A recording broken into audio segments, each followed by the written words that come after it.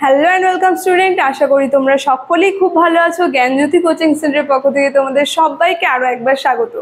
তো আমি মীরা ম্যাম, আমি আজকে তোমাদের এনইপি থার্ড সেমিস্টার বেঙ্গলি থেকে একটি নতুন টপিক নিয়ে চলে এসেছি।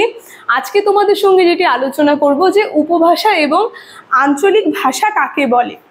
আলোচনাটি শুরু করার আগে তোমাদের ছোট্ট করে একটা ইনফরমেশন দিয়ে দিই। বোর্ডের কর্নারে তোমরা দুটো নাম্বার দেখতে পাচ্ছ, এটা হচ্ছে আমাদের জ্ঞানজ্যোতি কোচিং সেন্টার হেল্পলাইন নাম্বার। এখানে তোমাদের অনলাইনে ক্লাস হয়, তার সঙ্গে নোটসও দেওয়া হয়। তোমরা যদি অনলাইন ক্লাসে যুক্ত হতে চাও এবং নোটস পেতে চাও তাহলে অবশ্যই নাম্বার দুটির সঙ্গে যোগাযোগ করে নাও। তাহলে আমি আজকে টপিকটি আমরা শুরু করছি যে উপভাষা এবং আঞ্চলিক ভাষা কাকে বলে। উপভাষা, দেখো এখানে আমি লিখে দিয়েছি উপযোগ ভাষা, মানে ভাষা থেকে এই উপভাষা শব্দটি তৈরি হয়েছে। তো আমরা বলতে পারি যে ভাষারই একটি অংশ হচ্ছে এই উপভাষা।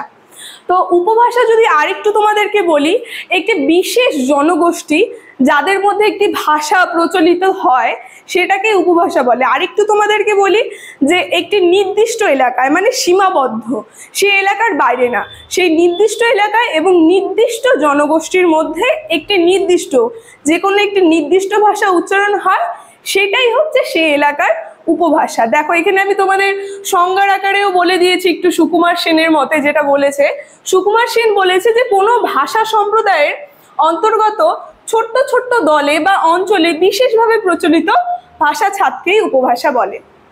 আমি যেটা বললাম, এক কথায় বলতে গেলে কি হবে যে একটি নির্দিষ্ট অঞ্চলের মধ্যে একটি নির্দিষ্ট ভাষা সীমাবদ্ধ যে জনগোষ্ঠীর মধ্যে উঠে আসে, সেই ভাষাটাই হচ্ছে সেই অঞ্চলের উপভাষা। দেখো উপভাষার থেকে আমি কয়েকটি বৈশিষ্ট্য তোমাদের আলোচনা করেছি আজকে। উপভাষা যদি বৈশিষ্ট্য বলি কয়েকটি, প্রথম বৈশিষ্ট্যতে আমি লিখেছি যে উপভাষা নির্দিষ্ট অঞ্চলে সীমাবদ্ধ, মানে একটি নির্দিষ্ট অঞ্চলে, সেই অঞ্চলের বাইরে সেই উপভাষাটি যাবে না, সেই নির্দিষ্ট অঞ্চলের মধ্যে সীমাবদ্ধ থাকবে। 2 নম্বরে আছে বৃহত্তর অর্থে ভাষা সম্প্রদায়ের অন্তর্গত। এই উপভাষাটি কি একটি বৃহত্তর অর্থে অনেকটা অংশ জুড়ে ভাষা সম্প্রদায়ের অন্তর্গত হচ্ছে এই উপভাষা। আরেকটু যদি বলি, আরেকটা 3 নম্বর বৈশিষ্ট্যতে আমি বলেছি উপভাষার নির্দিষ্ট কিছু শব্দে ব্যবহার আছে, মানে উপভাষাটি একটি নির্দিষ্ট ভাষা শব্দে ব্যবহার, মানে বাইরের ভাষাগুলোর মধ্যে সেই উপভাষাটি ব্যবহার হয় না।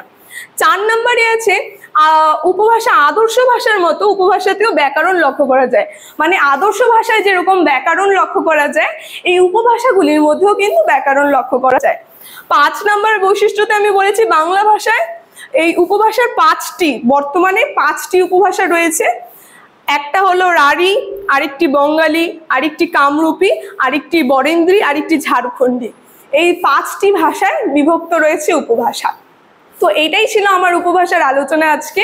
আমার আলোচনাটি এতটুকুনি রইল। আশা করি তোমাদের ভিডিওটি ভালো লেগেছে। যদি ভালো লেগে থাকে অবশ্যই like, comment, share and subscribe করে দিও। Thank you.